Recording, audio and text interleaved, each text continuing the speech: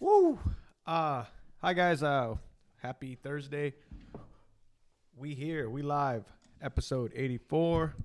I said it was 84 last time, but I guess it's not 84. Yeah. So, today we have Harlem Free Fight Team, Harlem Free Fight Academy, an academy based to help out the youth in Harlem, right? And it's a nonprofit organization. That's our guest today. If you're new to us, my name's Jesse. This is Raquel. My name's Jesse. This is Raquel. But we are a podcast based on inspiration and people going after the path least taken, right? And some other marriage shit in the middle. And honestly, that's our base, but we do whatever we want, to be honest. Yeah, it's our podcast. So, so welcome back. If you do like the podcast, or if you want to stay up to date on guests that you would like to listen to, subscribe, and follow us along the journey. And I actually had a guy reach out to me today that in person actually, and he just came up to me and told me that he wanted to thank me for the podcast, that it helped him get back to the gym and working out. And it's kind of like I was even talking to Gloria that we had on the Pro to Amateur. So if you haven't watched Pro to Amateur, go ahead and go listen and or watch the Pro to Amateur episode with Alexis Davis. But yes, go listen to it, guys. But even Gloria, I was talking to Gloria about everything that we're doing, because she's been here since the start. And I don't really feel like I'm doing anything. I'm just talking to a mic and then I upload it. The work is there to upload and then market it. To be honest, you're really not doing anything. Whatever. But it's a weird thing because I'm so awkward in person. On the mic, I'm talking to an iPad, right? I'm not talking to anybody. So I'm talking to a camera, not iPad. Yes. and I'm pretty awkward in person. I think Raquel knows. Yeah, you're pretty awkward. The first time we met, you kissed me on my forehead. I should have known you were already awkward then. Yeah. So it's kind of hard, like when people were like, "Oh, thanks for the podcast," and it's cool to know that it's making a difference, but at the same time, it's like super awkward. I'm like, thanks for listening. Yeah, I know. I think I need to get out more because nobody says anything to me about the podcast.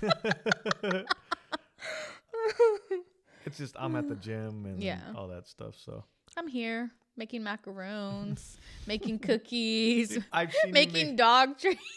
I keep on telling her, come on, you could learn martial arts. You don't have to I could hold for her. I could hold for you. I could teach you. I have the key to the gym. We could have the key to the city.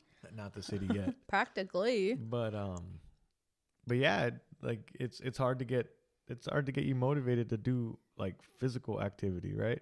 Or it's hard to get you to do stuff. No, it's you want me to go to the gym. I do go run. Mike, please. You don't talk to me like that. You're not my boss. You want me to go to the gym. I go run. I go walk. I mean, it has been raining, so I haven't ran lately. Yeah. But I do my thing and you do your thing. I feel like if we're at the gym, we're together too much because we're already at home together. Yeah. And being at the gym is just too much. When I was working, it wasn't a problem. Get it? 30 minutes is 30 minutes. Anyways. You literally don't have to be at the gym for 30 minutes. Okay. I mean, 30 minutes is 30 minutes, right? Like, you just need to get there, get your workout in. I'll set you up. I'll get you a kettlebell. Boom, boom, boom. You work out. You say bye. All right, bye. I don't even have to talk to you. You lost me at 30 minutes. You 30 minutes. You could hit the bag for 30 minutes. I mean, come on, right? Nobody cares. Yeah. So, yeah, that's but it's been a fun journey through this podcast. I'll keep on saying it's amazing. And I had the opportunity to interview Rich from Harlem Free Fight Team Academy. And just to know that there's people out there trying to make a difference with martial arts. And the youth. right? Giving them something to do. And it's pretty cool. Youth is important right now. You think so? I do. Yeah. Because we have a youth at home. Yeah. Yeah. And all of a sudden, she's happy. Like right now, she's happy because she gets to What? Oh, she gets to go to. I don't know what. I don't know what you were gonna say. I don't know why my daughter's happy. No, she's been happy lately because she's been getting to go to her aunt and her uncle's house to go every Wednesday. She's been spending the night. It's their Wednesday thing. They just started this year. So I mean, if she's happy, then do it. I mean, we have nothing to worry about. She's a straight A student. Yes, it's pandemic, and yes, it's someone said it's easy to cheat. That's why she's getting good grades. But who said that? Gabe, the photographer. But our child has been getting straight A's since what, the 5th, 6th grade. Yeah. So there's nothing new there. But it's she has been a lot happier. Right? You have to make sure your kids are okay. You can't just let them just do whatever they want, because you have to give them, like, at least I'm learning that she needs a routine, like a good routine. It doesn't matter if it's physical, doesn't matter if it's school, doesn't matter if it's whatever, but a routine. And that goes with adults and kids. Like, yeah. Through all of this, you have to have a routine. I haven't even checked like news since coach told me I'm fighting in May, which amateur, it's like you're fighting in 4 months and it's anything could happen. It's amateur. No one has a 4-month fight camp, but I needed it. Jesse needs it because he's gained like 30 pounds since COVID. I'm just being realistic here. I mean, that I have, and it's like not 30 pounds. Hold up. Let's hold on. Not 30. Not 30 pounds. Let's relax on that. Right? Like I gained weight, but 30 pounds? Come on. But it's I needed this. I have been so amped, but I think it goes for anyone. I haven't checked like news, anything. But what does news have to do with anything though? I'm saying like the pandemic news. I'm talking about politics. I'm talking about social media. I hardly look at like social media. I have like a few people I just look at that post funny stuff, and that's it. But it's just like it's stuff that you can't control. You could talk about it, but you can't control it. I need to control something. Not he doesn't have any control. No. I need to be able to do stuff that I can control, and martial arts is like something I can control, and I feel alive again. I honestly do. I feel like you guys don't understand. Like I feel like I have a path again, and the podcast was a path, but it was not. I think it was something to fill that void of fighting. You think so? Yeah, because if the pandemic didn't happen, you would have been fighting. I might have not been working still. Yeah. But pandemic happened and you needed something to do because there was no fighting. Yeah. So you picked up a mic and an iPad and a computer and bam. But I was just right before this, I was listening to The Fighter and the Kid, and they had Ricky Williams on, and I was listening to the first 20 minutes. And Ricky Williams is a professional football player that got. I wasn't paying attention. I was making biscuits. He was basically suspended for marijuana back in the day. Oh, okay. And then they suspended him. Then they kicked him out of the NFL. And then he came back, and now marijuana is legal. So if I'd be like, can I come back now? So it's just like, I don't know. But he was talking about how professional sports it's a platform, right? I'm not a professional. I'm saying, he says your 30s, basically like before your 50s, it's all everything you do is a platform to set you up for your 50s, right? Everything you do is you're making connections, you're using it, right? And I feel like, and I'm an amateur fighter. I'm not a professional fighter. You're not no pro here. I'm not a pro. Like, this is not going to be my career. You know, this is not my, how do I say this? Like, I am a person that's never branded myself. I've never told myself, okay, this is you. I've always been taught, both my parents have always taught me, like, just be you. Don't let anybody tell you who you are, basically. Especially my mom. My mom at a young age, like, let me do it, like, not let me do whatever I want discipline wise, but let me wear whatever I want. Let me listen to whatever I want. Hang out with, like, anything I wanted to do, she supported. So basically telling me, don't let anybody brand you. And I'm never going to be put in one lane. That's just not me. So when it comes to martial arts and fighting, that's not going to be my only lane. You know, and I feel like some martial artists or fighters put themselves in one lane, and you could see it. You see it when you're at these gyms or even before I even got into fighting, I would go to these other gyms where it was just all they have, and they don't have it. Like, you know, they're not going to make it. They're not going to make money in this. And it's all they think. I think sometimes.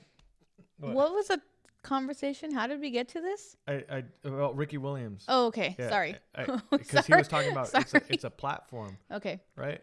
And like being elite and going to those elite gyms, it's different. Right. But when you go to these smaller gyms and it's a really bad gym and they're talking about how they want to fight, it's like and then they're sparring hard, and it's like, this is not it, dude. Like, you either have to find a different gym or you have to find something else, you know? And I feel like we're getting to a stage in the world where you could be whatever you want. You could do whatever you want. You could do a bunch of stuff. You don't have to be put in one lane. I think with technology and this mic and iPads and everything, Apple or everything, just technology, you could do multiple things. Like, I come home from the gym, everything's set up for me. Like, we can knock it out, 10 minutes, boom, boom, done. It literally doesn't take that long to do this. And it's one, it's skyrocketed my one-on-ones. Two, it's built me so many connections. Like, it's a hard thing to do, but going back to, like, this is all a platform to set yourself up. Like, if you don't have your ego and you learn to work with people and talk with people, don't end up in the end of it all, have no friends and have nobody around you. Because if you can't share stories when you're in your 50s, because I'm not 50 yet, but I think 2020 showed everybody that you need friends, you need family, you need people around you. Because if you don't, it's kind of like a shitty life, right? Yeah. And you lost me. I'm sorry. God damn it, man. God damn it. You know, I think about this shit all the time, and like I don't know what you think about. What do you think about? Not that. You know, I posted the other day about how, like, no one knows what you think about by yourself. What do you think about? I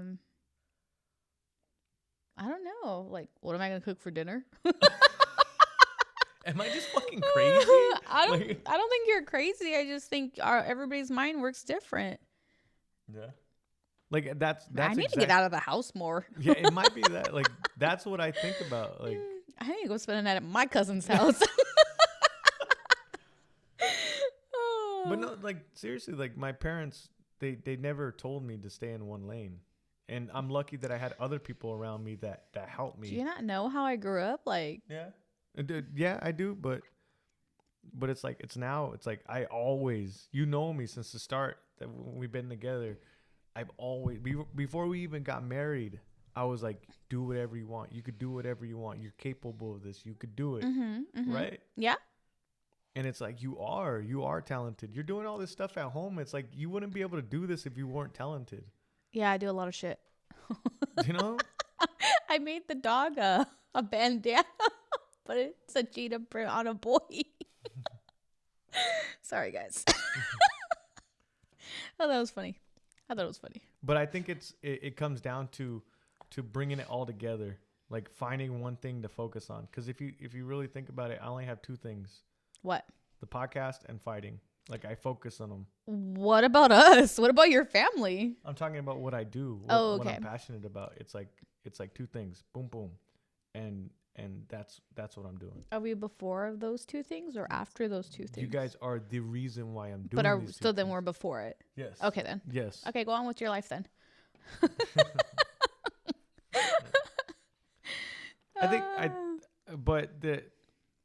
But it kind of goes together what Harlem Free Fight Team Academy is doing, because you're giving these kids a purpose. Mm-hmm. You're showing them they can do something. This is a platform. Learn from this, and this can change your life. That's what martial arts did for me. This podcast wouldn't be here. My marriage being this strong wouldn't be here. The connections I have now, like because of martial arts, I have all this. I'm not a professional fighter. I only have 4 fights. I barely have. I thought you're like 327 and 0. 127 in the street. Yeah. No, but it's like martial arts can change you, and that's what it did for me. And we had pro to amateur, and they all talked about how it changed them. And it you don't have to fight. You don't have to. You just find something you're passionate about, and it will start changing your life. Fuck, if you want to strip. Fuck it. You want to sell feet pics, do it. Oh, did we talk about that on here? Oh, yes, we'll talk about it later. The last episode? No, some picture. Yeah, that was the last episode. About what someone wanted to send me? Yeah. Okay. I don't recall that. There is a stripper on my Instagram that remember, that's the one, the guys they asked me because Jesus, the stripper from Pink Poodle. Okay. She went from like stripper to like businesswoman. So your life could change at any moment. Mm-hmm. Like seriously, it's all stepping stones. There's no right way or there's no wrong way. Just go. Mm-hmm. You know, I think I'm finally comfortable and confident with telling people to just go. Like I am like full of energy. I just want to just keep on going. I love this. Check out our sponsors, guys. Hopefully I wasn't too cringy today. You guys were only supposed to get 5 minutes, but you guys are getting 20 from us. But I'm trying to get my wife motivated. So if you want to reach out to her, come on, Cal. I am motivated. I'm not sitting on the couch doing nothing. I'm doing shit all day. But not because you made dog biscuits. Yeah, at the last minute. So what? I care about our dogs. You're a hater. Okay, so like. Anyways, our sponsors are Adaptive Sessions with Diego. Adaptive Sessions, guys. Pad holder. He is a pad holder. He is a kettlebell expert. I'll give him the expert now. But he'll give you a personal training that's very different from other personal training, right? Reach out to him. He's very customer service wise. He's very good.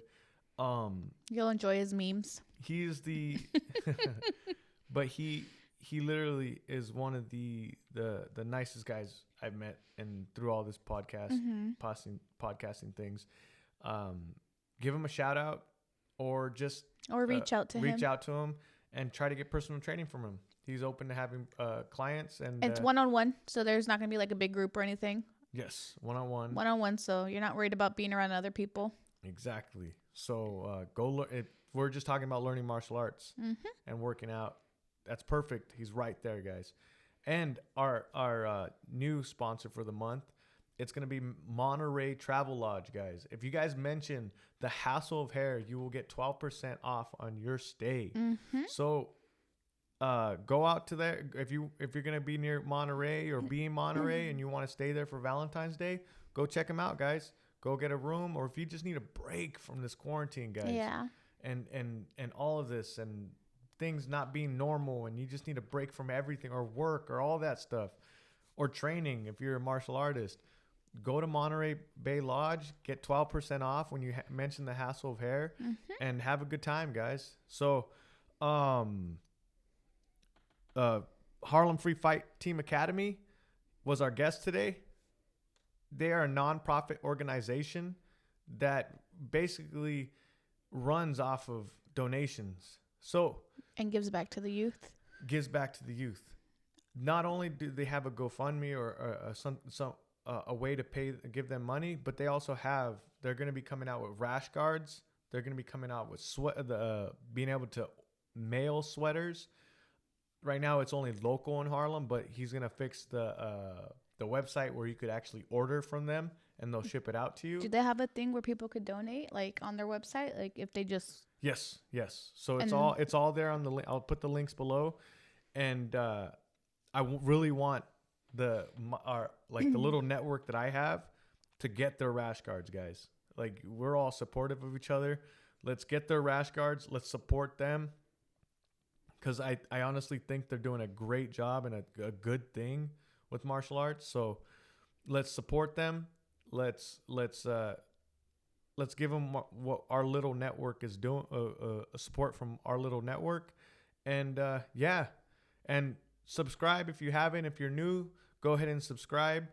And we're gonna have a lot of more interesting guests this month. It's all gonna be about helping the youth and helping the low income neighborhoods, the high impact neighborhoods, and all about just reaching out, right? So stay tuned for this month. I love you guys. Have a great day. Have a great Thursday. If you haven't listened to Pro to Amateur with Alexis Davis, go ahead and listen to Pro to Amateur with Alexis Davis after this one. Love you guys. Have a great Thursday, guys. Peace. All right, you guys. Today we got Rich from the Harlem. I'm gonna mess it up as usual. It's Harlem Free Fight Academy. That's right, Harlem Free Fight Academy. And it's a non-profit organization helping the youth in Harlem, right? Just in Harlem? Well, we're based out of Harlem, but really it's anybody from any of the 5 boroughs. So I'm gonna hand it off to you to tell the audience what you guys are doing, because I'm just gonna mess up your story. So go ahead. Sure, no problem. Well, Harlem Free Fight Academy is a 501c3 nonprofit giving free boxing, Muay Thai, and Brazilian Jiu-Jitsu classes to teenagers ages 13 to 19. That's our primary focus. However, one of our secondary goals is to make martial arts, and particularly self-defense, accessible to people in our community. We know that we don't live in, while our neighborhood is being gentrified, it's still, it has its pockets where things can get pretty dicey and dangerous. So we want the communities who need to be able to learn how to protect themselves the most, be able to have access to that. Normally that's something that is guarded behind a paywall, and we believe that that's not something that should be accessible only to those who have the funds to do it. That's awesome, because this week I do want to focus on high impact areas and cities, which are basically the ghetto parts of cities. And I grew up in Eastside San Jose, which there's not really that much hope, and there wasn't martial arts. There was maybe one martial arts school, and it was like a McDojo basically, right? Oh, gotcha. And when you watch martial arts on TV, UFC, Bellator, it's an entertainment business. But as martial artists, like, you really don't see, I mean, the casual fan doesn't see what martial arts does to the individual. It makes their mind stronger. It gives them an outlet when they don't have a lot of outlets to go to. And can you explain on how effective martial arts is to the youth and what it does for them? Yeah, certainly. I feel that it's only as effective as you intend it to be. Just like any activity, the person that's in it can use that as a positive thing, as a productive thing, or also they can kind of, let their ego blow up in that too. I mean, we see it in martial arts as well. We see fighters both, in just single disciplines, but also in like the majors, whether it's like boxing or MMA, the UFC, where, ego can really get to them as well. I feel like martial arts usually has that ego check built into it.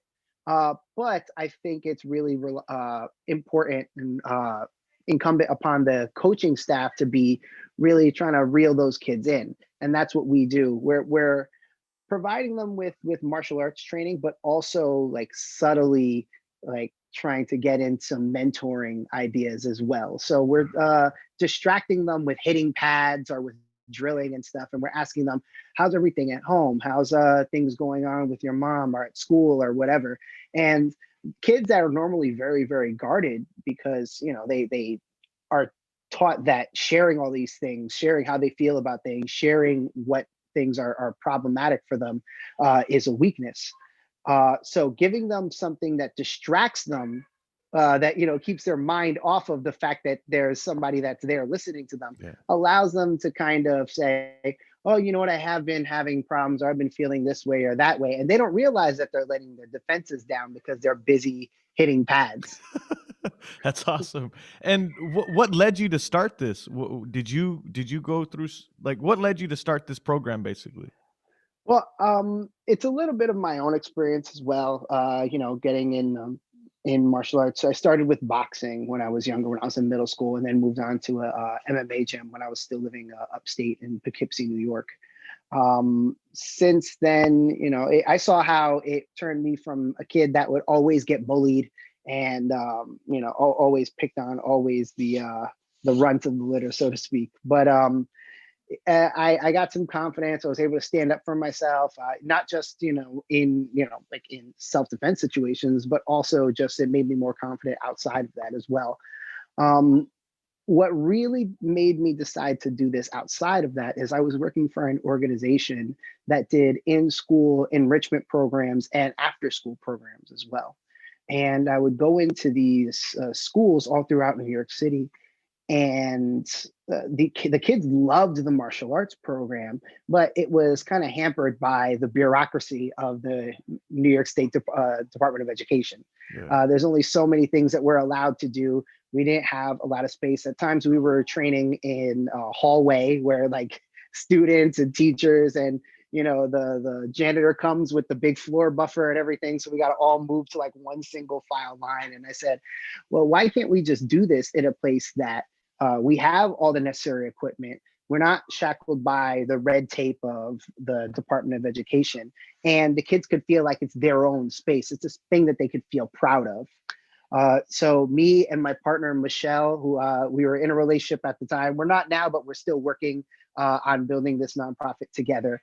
But we talked about it for a very long time. And she said, well, why don't we try to see if this has been done before? Because if it has, to a degree that we want to, we can kind of replicate that and kind of pick their brain. So I know we were briefly talking beforehand. You were saying that there isn't anything near you, but there actually is a place in Oakland called Guardian Gym. And they have been a fantastic resource for us since we decided this, since the very, very early inception. And they're very similar to our program. It's boxing and jujitsu, and I believe they do have Muay Thai as well. But the difference between them and us is the guys that funded them at the beginning, or the two guys that founded it, were two Twitter execs. So they had a lot of disposable income to throw into this right at the beginning. What we don't have in capital, we have in experience. I myself, teaching martial arts, training in martial arts for however many years, in MMA, training in gyms since I was a senior in high school, and in boxing since I was in middle school. My partner, Michelle, she's our executive director. She's been doing fundraising for over 10 years. So the one thing that we don't have is the capital, but we have the ways to build capital. And then we also know how to run a class, and most importantly, how to run classes for at-risk youth. It's one thing to be able to go into a school and just teach a class to some kids that have a great home life. They're not worrying about where their next meal is or whatever. But when you're dealing with kids that have a lot of other stressors outside, it doesn't take any instructor. You need to have somebody that's very specific and that understands what their experience is. Yeah, and it's funny because I have a 14-year-old daughter that's going to school at home, right? And I get to see how she's learning. I get to see what she's doing, and the one thing that I feel like the public system's not doing is teaching these kids how to learn, right? They're teaching them things, but they're not teaching them how to learn. And luckily my daughter's not from a bad area. She has everything. She doesn't think so, but we give her everything that she wants, right? But Even the most privileged kid is always going to think, just like, Dad, you don't give me enough. What is up with this? Yeah, and I grew up in a place where there was kids that weren't worried about studying for their tests the upcoming week, right? They were more worried about what was going on at home, what was going on in the streets. Exactly. And I feel like those kids need to be able to see that they can learn something. I think that's the start of changing a kid that's doesn't have a great upbringing. Once you teach them how to learn, they're going to feel confident that they can learn anything. Because I know growing up, I used to see, so there was one side of San Jose that was basically a Black and Latino communities, and then we'd at youth sports we'd go play the I guess they called it Evergreen, right? It was Evergreen, and it was mostly a white community. And I would go over there and like, man, these kids have it all. I could never be like them. But when I got older, I learned that I'm just like them. I could learn, right? And I think teaching these kids what you're doing is an awesome thing.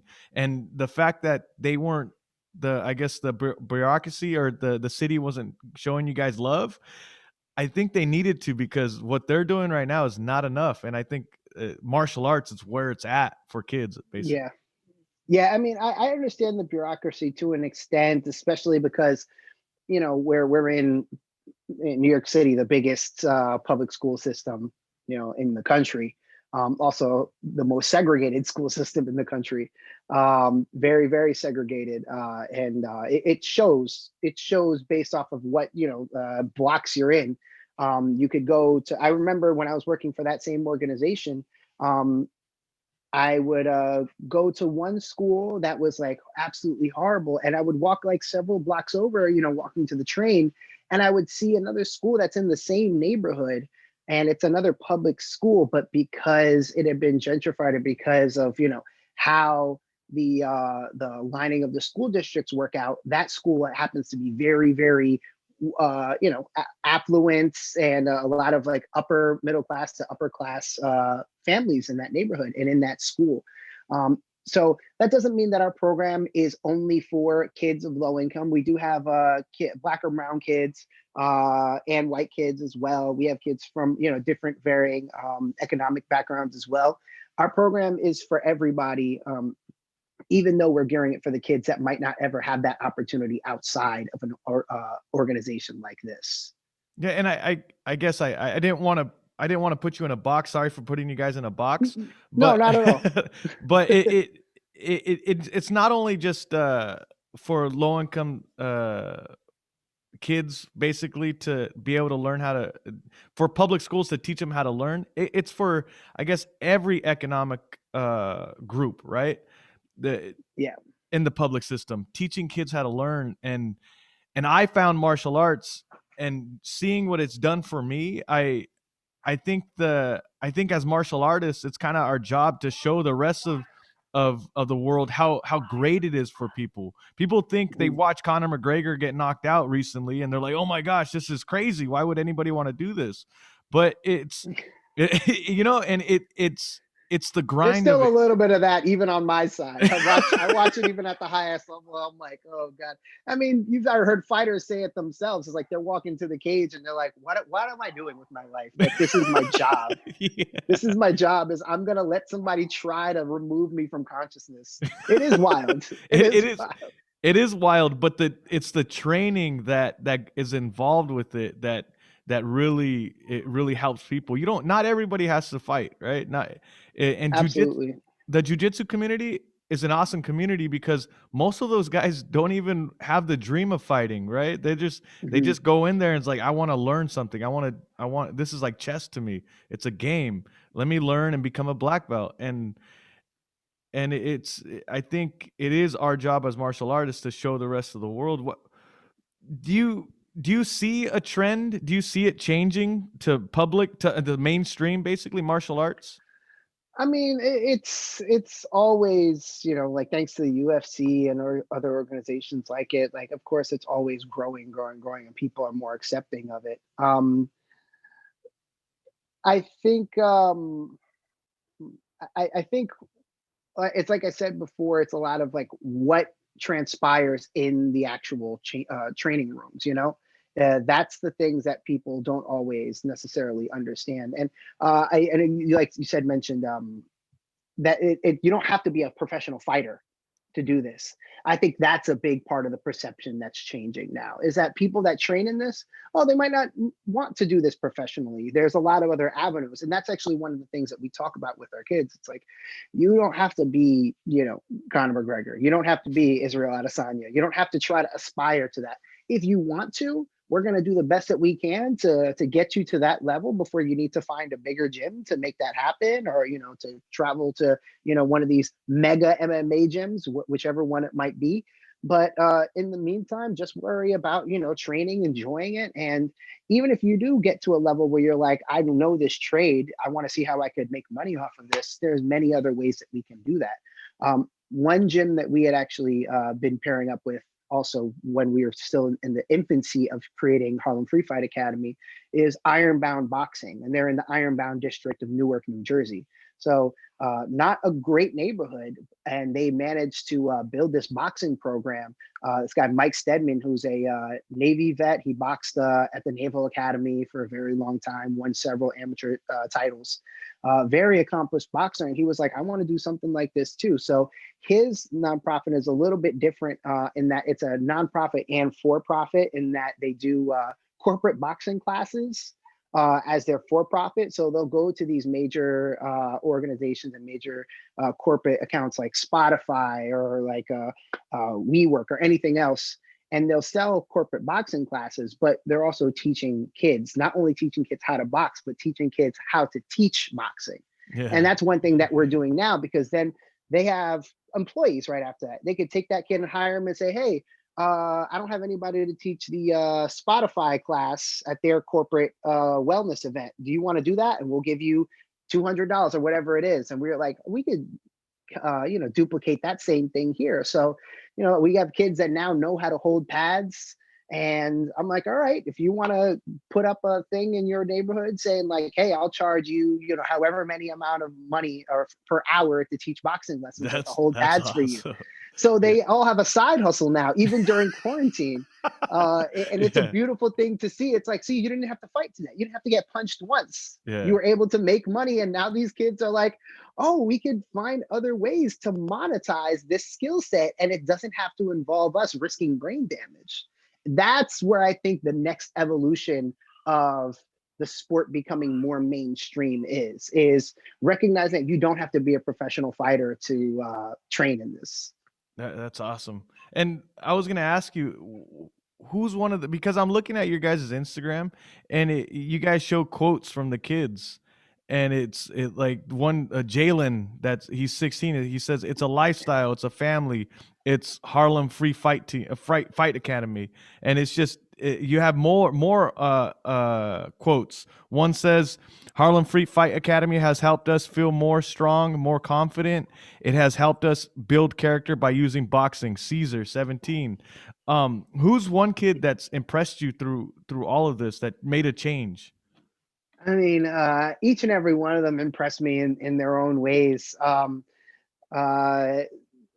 My gosh, Jalen, one of the first ones that you mentioned, he's been with us since before HFFA was its own organization. Back when I was still working in after school programs, we were at a high school in downtown Brooklyn in Dumbo, and he was one of the students there, along with three other kids that you see quotes there from Jamal, Adonijay, and Kieran. They were all students of mine in there, and we were, you know, just training in this like huge gym space with these old ratty fold out mats that definitely gave me staph, I'm pretty sure.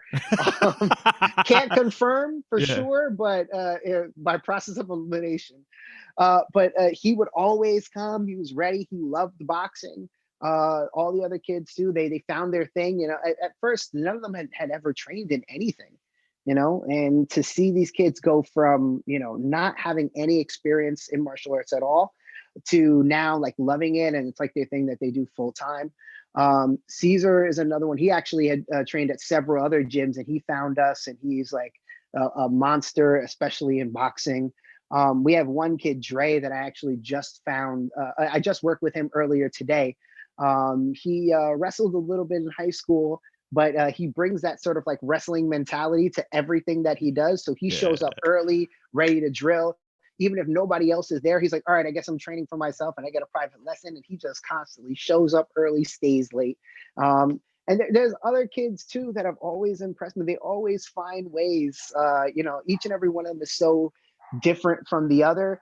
And it's funny that these kids didn't know each other at all before this program. And now we have a group chat on Instagram, and they're constantly messaging each other and sharing memes and making fun of me. And so if I'm the cannon fodder for them to make fun of and that becomes their friendship, I'm okay with that. I mean, they got to pay for it when we get to the ring later on, but it's fine. So yeah, it's I can't even call out just one kid because they're all so amazing in their own different ways. They all bring something very interesting to the table. That's awesome. And you kind of just showed your why. Basically, I think it's these kids, right? That's your why, the why you're doing this, right? And Absolutely. I feel like a lot of people, they see the happiness, and if they're listening to this, they hear the happiness that these kids, them changing, brings you, right? But I'm coming from my experience through doing something that I envisioned, and it's not paying me any money, and especially fighting, and then this podcast. It's all because of my passion. It's all because of my heart. What keeps you going? Because you said that the capital is not there, and there's probably hardships. What's the hardest? Actually, I'll go with that. What's the hardest part about doing this without any funding, right? I mean, it's just a grind. It's a grind like everything else. It's a constant hustle. We unofficially, this has been going on for a while, but we officially started this in quarantine. It was like in big May that we got our official certificate of business. I forget what it's called, certificate of incorporation. So that's how long we've been an actual official business. And just like anything in quarantine, as horrible as the COVID-19 quarantine and this whole entire global crisis has been, it's shown a lot of people that they're able to hustle and they're really able to make the best out of a horrible situation. I mean, New York has been like that forever. It's like we take 9/11, tropical superstorm Sandy, hurricanes, everything, just everything. We're like, all right, how can I leverage this to come out on top? And that's what we're doing. It's just a constant grind. To make money, I mean, we have our own avenues. We have all of our classes, while they're free for teenagers, they're also open to adults too. They have to pay a fee. And what we're hoping to do is eventually, when we get our own space, is the paid memberships for adults will basically supplement the youth program. We're also constantly fundraising, doing everything that we can to expand our donor list. We have merch for sale. We have hoodies that we just made recently that came out excellent. They're going over like gangbusters. Yeah, those will be available on our website soon. Right now, they're only available in New York City, so it's very exclusive right now. We have a rash guard that we're developing with Hyperfly. It should be out within the next month. So we have good things that we're doing on the horizon, but it's just one of the things that's constant hustle. That's the biggest obstacle, is you can't take a break. Once you take a break, you're behind. And the other big thing that was shared with us when we first started this is something that Mike from Ironbound Boxing told us. And he's like, don't rely on other people. Don't wait for the perfect opportunity. He's like, just do what you think. He's like, act as if. I kept on getting caught up in this mentality of like, oh, it doesn't look cool. It's not sexy enough. It's not like sexy meaning like, oh, we don't have like the cool gym. We don't have like the nice this or that or facilities or everything. But he said, act as if. He's like, act as if like that's already who you are. You have a great program. You have a program that kids love, that they're actually learning stuff. He's like, build off of that. And so we're like, all right, let's build off of that then. Let's just focus on what we are able to do. Screw looking cool. Screw having this huge gym with facilities and everything like that. Because what good is a dope ass gym if the kids aren't really invested in it? When we were looking for a space, we had an opportunity to move on a space, and I'm glad we didn't, because that same guy, Mike, he said, that's money that you could use to like invest in some like dope shirts or hoodies for your kids, and they'll wear that logo and they'll be proud of that. And I didn't realize it until we actually made those hoodies and I gave them to the kids. And you could see it on our Instagram page. Like they were all like, oh, this is dope. Whatever. And I was like, we're gonna do a little photo shoot. And they're like, oh, okay. So they're all like posing and stuff and getting ready. And they've been wearing them out like all the time. Like I see them on their Instagram stories. They're wearing their hoodies and everything.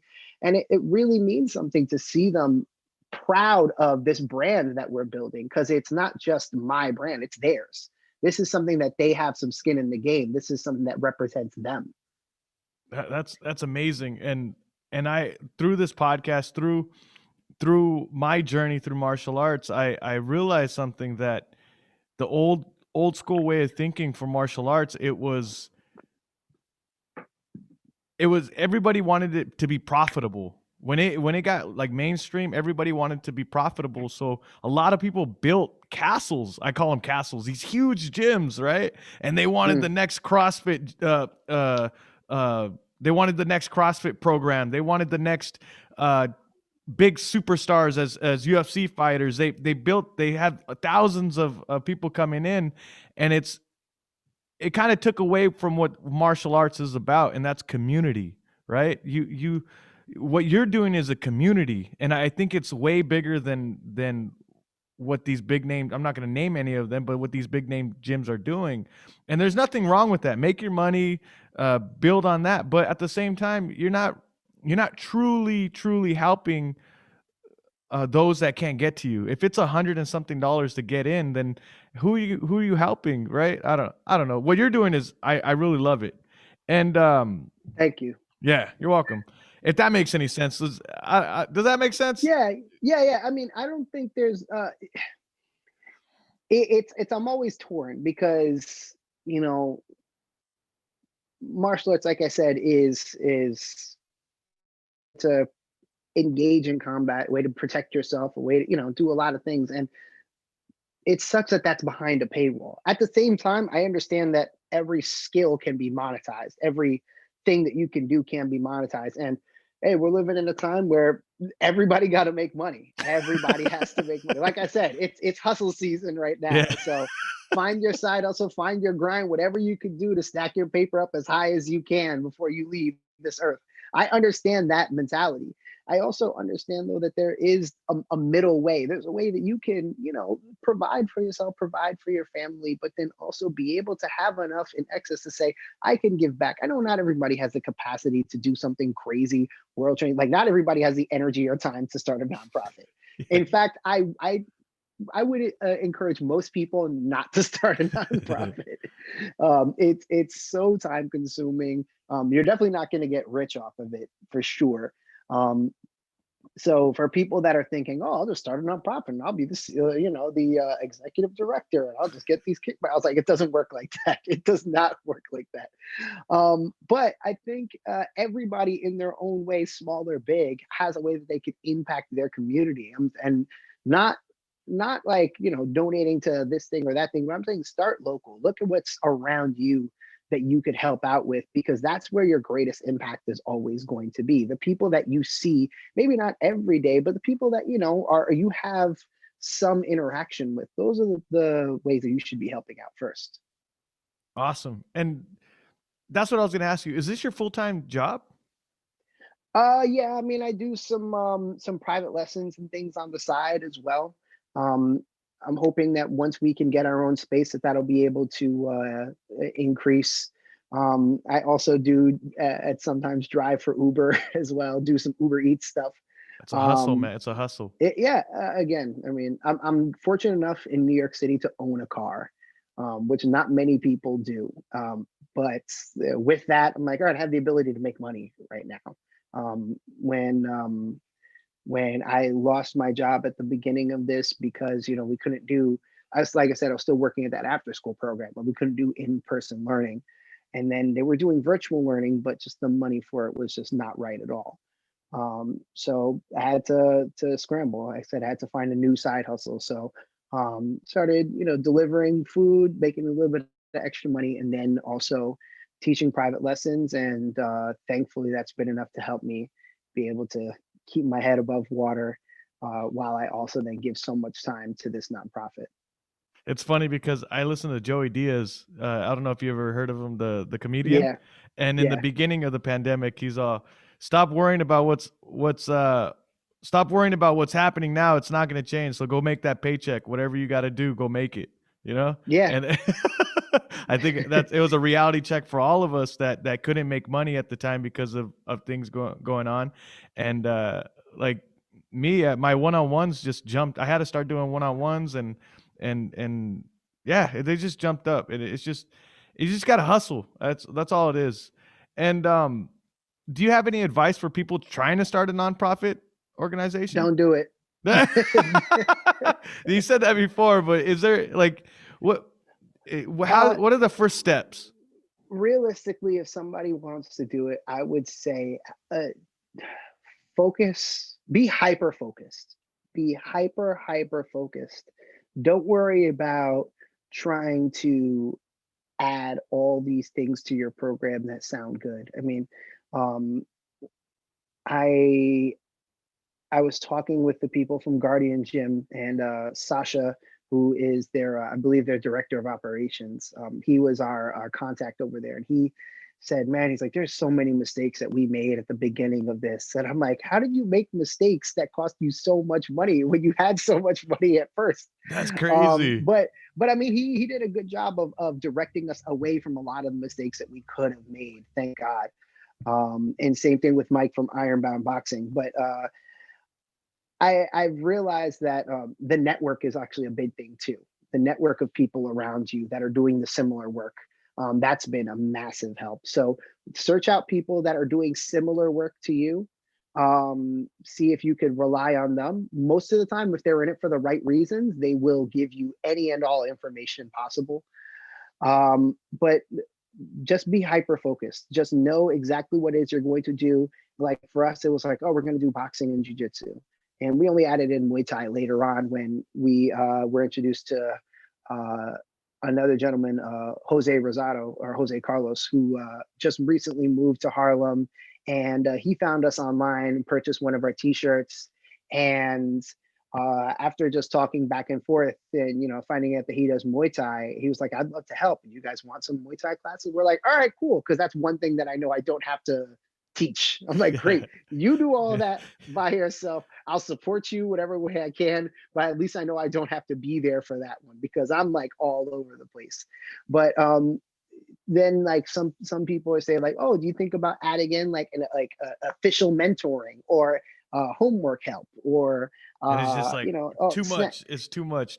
It's too much. Yeah. If you try to do 10 things, you'll do all 10 of them really poorly instead of doing one or two things really, really well. So I just try to make sure that the few things that we're doing, it's like, all right, we're just doing martial arts. That's it. We're doing 3 different martial arts right now. Some would say even that is biting off more than you could chew. And to be honest, some days it feels like that.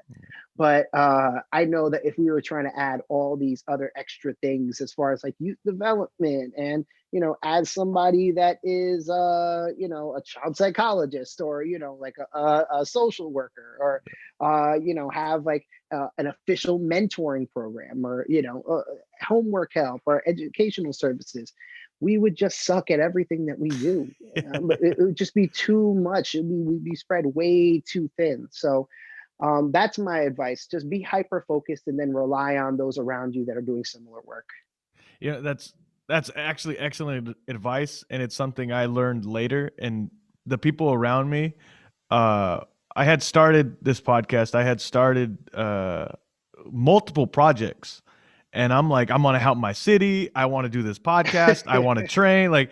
And people kept on telling me, like, you need to slow down. You need to just focus on one thing or bring them to get like one small little group of things. And I barely found out recently that really works. Like now it's just fighting interviewing people like on the weekends and then training on the weekdays. And my life has gotten so much easier, and actually my growth has gotten bigger.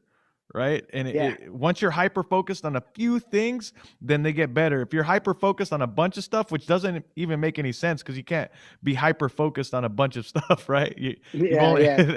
So it takes a very special breed to be able to do 20 things really, really well. Like, it's like when you see a Kevin Hart type and he's like, I have 30 different projects going on. It's like, when do you sleep, bro? Like, you're overachieving. You're making everybody else look bad. That's called building up your capital and then having a huge group of people around you. Yeah, I mean, it's funny that the people who usually have a million projects going on also have millions of dollars in their pocket. Yeah. So yeah, you have the luxury of being able to do that and have everything else taken care of, you know. But that's life, man. I would say, yeah, again, do less. Yes, do less and focus on one thing. So I thank you for I just want to say thank you for doing this interview again. I don't want to hold you too long, but man. I do have like 2 more questions.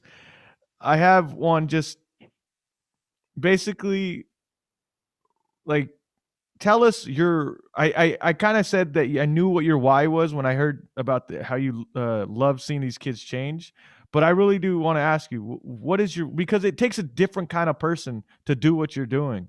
A lot of people are not this generous, and people see the really cool flashy Instagram on the computer, and they see the kids training, all the nice pictures, right? But they don't see the background. They don't see the passion that you have. What's your why through all of this? Well, like you said, it's the kids, man. It's seeing the kids get so much out of it. Like I said, we had so many kids that they had never been exposed to certain martial arts, jujitsu in particular.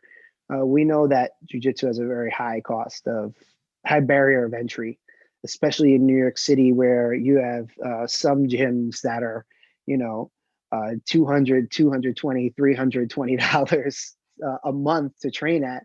And if you're a kid in high school, you just don't have that kind of money to yourself, you know, especially if, you know, you're from a low income family. So to be able to give them their first exposure to martial arts, exposure to jujitsu, first exposure to boxing, give them a brand new gi. You know, they've never had anything like that. And we give them their first gi, we give them their belt, and they put that on for the first time. And you see them step on the mats and they're in the gi and they're like, they're feeling themselves. They're like, oh, okay, we're official now. This is tight. You know, they put on a new pair of gloves for the first time. They've wrapped their hands and everything, and they feel the part. There's nothing like that, man. You can't put a price on that feeling. That's so amazing. I didn't know that you give them it's for free, right? The gi and all that stuff, or? Yeah. We've been fortunate enough to get a bunch of gis donated to us from individual donors. Hyperfly actually reached out and gave a ton of gis as well. That's how we actually started working with them to get this rash guard. I'm very excited about the rash guard, by the way. I'm like, I'm hoping this is one of those rash guards that like everybody like from the jiu-jitsu community, like around the country and around the world, it goes viral and they're like, I want that.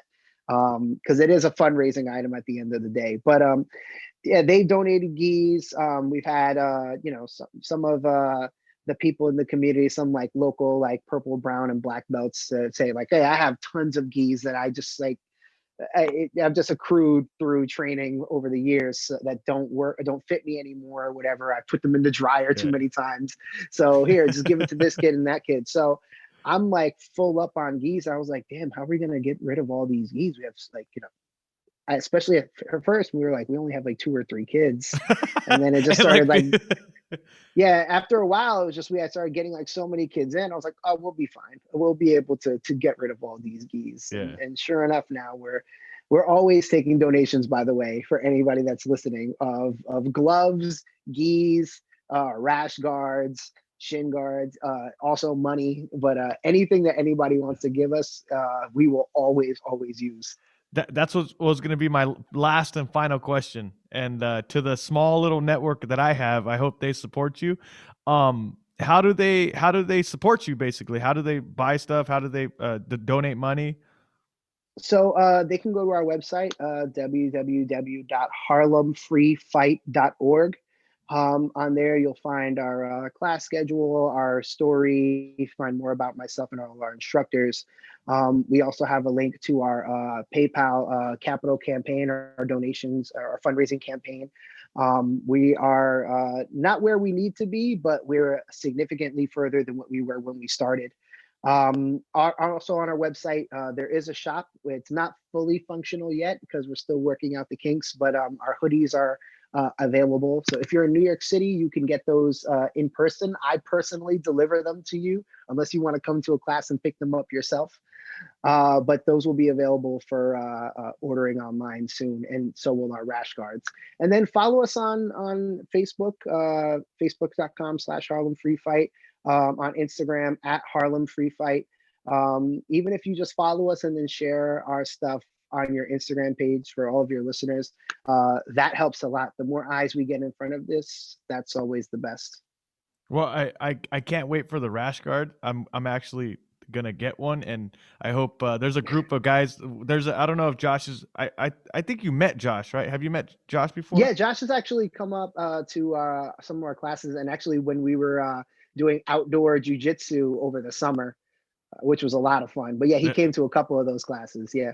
Yeah, and when he lived over here in California, there's a thing called Coffee Crew. I don't know if you've ever seen that before. And yes. And there's a group of guys that I'm really if we could just reach them, then they're all gonna get them. I'll force them to get them. They actually messaged me about buying hoodies, so yeah. I'm frantically trying to get this website together. I don't know much about building a website. Squarespace says it's easy. It's not as easy as they say it is. See, unless of course they want to sponsor me, in which case it's super easy. It's simple. It's the best platform ever. It is. It's kind of easy, but it's just time consuming. Like you literally had to sit. Time consuming, and people don't realize that. But Rich, thank you again for doing this. I appreciate it. Thank you. I'll put all your links below or in the details of the audio episode. You guys go follow Harlem Free Fight Academy on Instagram. Their actual Instagram handle is Harlem Free Fight. And Harlem Free Fight, right? Just at Harlem Free Fight. Yeah, at Harlem Free Fight. And thank you for listening. Go support, guys, and have a great day.